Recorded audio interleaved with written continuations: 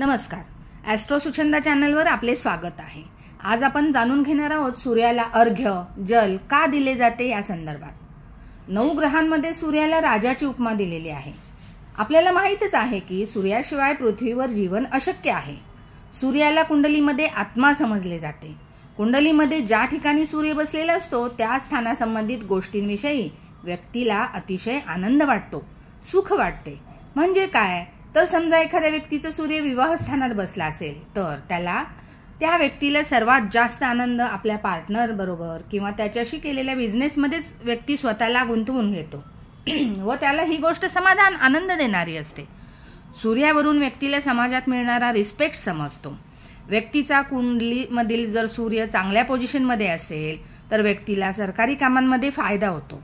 त्याची कामे सहज होतात. सरकारी अथॉरिटी सपोर्ट करते.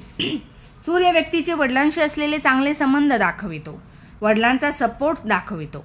सूर्यावरून व्यक्तीच्या आत्म्याला सुख कशात आहे ते समजते. समजा सूर्य 5th हाऊसमध्ये असेल अशा व्यक्तीला अभ्यास करणे, अनेक विषयांचे ज्ञान घेणे तसेच स्वतःच्या मुलांबरोबर वेळ घालवल्यानंतर आनंद मिळतो. अशा व्यक्तीला प्रथम स्थानातील सूर्य व्यक्तीची पर्सनॅलिटी एकदम चार्मिंग बनवितो. अशा व्यक्तीला लोक रस्त्याने जाताना वळून वळून बघतात. एवढी रुबाबदार पर्सनॅलिटी असते अशा व्यक्तीची. 10th हाऊसमधील सूर्य व्यक्तीला त्याच्या बिझनेसमध्ये अव्वल दर्जा देतो. असा व्यक्ती पॉलिटिक्समध्ये नंबर 1 स्थानावर असतो. याच्यासमोर इतर लोक टिकत नाहीत. बिझनेसमध्येही असे व्यक्ती टॉपवर असतात. सूर्य म्हणजे सेंटर ऑफ अट्रॅक्शन. त्याच प्रकारची पर्सनॅलिटी व्यक्तीला मिळते. सूर्य लिडरशिप देतो. बोलण्याची कला अशा व्यक्तींमध्ये आपोआपच आलेली असते. ज्या व्यक्तींचा कुंडलीत सूर्य शुभ स्थितीत असतो अशा व्यक्ती नेहमी नंबर 1 पोझिशनलाच असतात. अशी व्यक्ती कोणत्याही क्षेत्रात पॉवरफुल पोझिशनमध्येच असते. असे लोक नेहमी टॉपलाच राहतात. एखाद्या व्यक्तीचा सूर्य 6th हाऊसमध्ये असेल तर अशा व्यक्तीसमोर दुश्मन टिकतच नाही, पळ काढून जातो. हे सर्व कुंडलीतील चांगल्या स्थितीतील सूर्यामुळे प्राप्त होते. आता बघूया जर कुंडलीत सूर्य बिघडला असेल तर काय काय होते. तर जेव्हा सूर्य राहू बरोबर ग्रहण दोष बनवत असेल किंवा सूर्यावर राहूची केतूची दृष्टी येत असेल तर व्यक्तीला त्याच्या आयुष्यात रिस्पेक्ट मिळत नाही. त्याच्या इच्छा पूर्ण होण्यामध्ये बरेच अडथळे येतात. सरकारी कामे अडकली जातात. वडिलांकडून प्रेम मिळत नाही, सपोर्ट मिळत नाही. समाजामध्ये मान सन्मान मिळणे कठीण होऊन जाते. सूर्य हा क्रूर ग्रह आहे. सूर्य त्याच्याजवळ गेलेल्या सर्व ग्रहांना अस्त करून टाकतो. सूर्य अग्नितत्व आहे. त्यामुळे कुंडलीतील शुभ फळ देणाऱ्या ग्रहाला सूर्याने अस्त जर केले, सूर्य इतर ग्रहांना अस्त करून टाकतो. जर अस्त केले इतर ग्रहांना तर त्यास संबंधित मिळणारी फळे व्यक्तीला मिळत नाहीत. म्हणून सूर्याला अर्घ्य देणे श्रेष्ठ ठरते. तसेच सूर्य हृदय रोग पण देतो. सूर्य हृदयाशी संदर्भातले आजार पण देतो. सूर्य अथॉरिटी आहे. राहू केतूला सूर्य अस्त करू शकत नाही कारण ते छायाग्रह आहेत. पण राहू केतूमुळे सूर्य खराब होतो. व्यक्ती त्याला हवी असलेली गोष्ट बोलू शकत नाही. त्याचा कॉन्फिडन्स कमी होतो. त्यासाठी ज्योतिषशास्त्रात सूर्य खराब असणाऱ्या व्यक्तींना सूर्याला अर्घ्य देणे हा उपाय सांगितलेलाच आहे. त्यामुळे व्यक्तीला सकाळी लवकर उठून स्नान करून मग सूर्याला अर्घ्य देणे आवश्यक ठरते. काय होते हा उपाय केल्याने तर व्यक्तीला एक प्रकारची डिसिप्लिन लागते. त्याचा कॉन्फिडन्स वाढतो. त्याला पोझिशन अथॉरिटी मिळते. व्यक्ती मोटिवेट होऊन जाते. व्यक्तीच्या कामातील अडथळे दूर होतात. आयुष्यात व्यक्तीला पॉझिटिव्ह फील होते व अशा व्यक्तीची हळूहळू प्रगती होण्यास सुरुवात होते.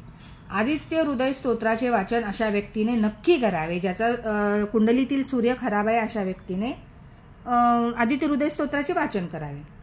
जल दिल्यामुळे सूर्याच्या अग्नितत्वाचा त्रास कमी होतो आणि सूर्य ज्या ज्या गोष्टींचा कारक आहे त्या गोष्टींचा फायदा व्यक्तीला मिळायला लागतो.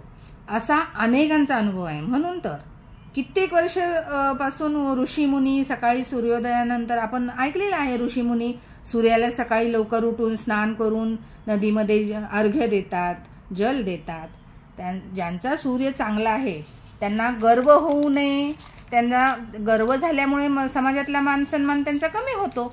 मग अशामुळे ज्यांचा सूर्य चांगला आहे त्यांनी सुद्धा सूर्याला अर्घ्य देणे हिताचे ठरते व वडिलांचे सहकार्य मिळते. अशा व्यक्तींना समाजात मान सन्मान, सरकारकडून पाठराखण होते अशा व्यक्तींची. आणि सूर्याला अर्घ्य कसे द्यावे तर त्यासाठी एक नियम आहे. सूर्याला तांब्याच्या कलशामधूनच अर्घ्य द्यावे, त्यात स्वच्छ पाणी घ्यावे, सूर्याकडे तोंड करावे आणि आपला उजवा पाय किंचित मागे करून व थोडे उजव्या पायाची टाच किंचित उचलायची आणि दोन्ही हातांनी तो तांब्या हृदयाजवळ समोर असा धरून तांब्याला अंगठा, दोन्ही हातांचा अंगठा लावायचा नाही आहे त्याला अजिबात. दोन्ही हाताचा अंगठा न लावता हळूहळू पाणी सूर्याचा मंत्राचा जप करत, जसे की ओम भास्कराय नमः, ओम आदित्याय नमः, ओम सूर्याय नमः, जो मंत्र आपल्याला सोयीस्कर ठरेल, आठवेल, आवडेल तो मंत्र म्हणता येईल. मग ते पाणी वाहताना जमिनीवर पाणी वाहायचे, परंतु ते पाणी आपल्या पायावरती उडू नये ह्यासाठी खाली थोडी बादलीमध्ये पाणी ते ओतावे, हळूहळू हळू सोडावे, बारीक धार अशी पाण्याची. हे पाणी पायावर उडता कामा नये. तसेच बादलीतील पाणी इतर झाडांना घालावे, तुळशीला हे पाणी अजिबात घालू नये. या कृतीने आपले रोजचे व्यवहार सुरळीत होतील, शिवाय समाजात आपल्याला मान सन्मान नक्कीच मिळेल. ही माहिती आपल्याला कशी वाटली हे नक्की कमेंट करा आणि चॅनलला सबस्क्राईब करा, व्हिडिओ लाईक करा. धन्यवाद.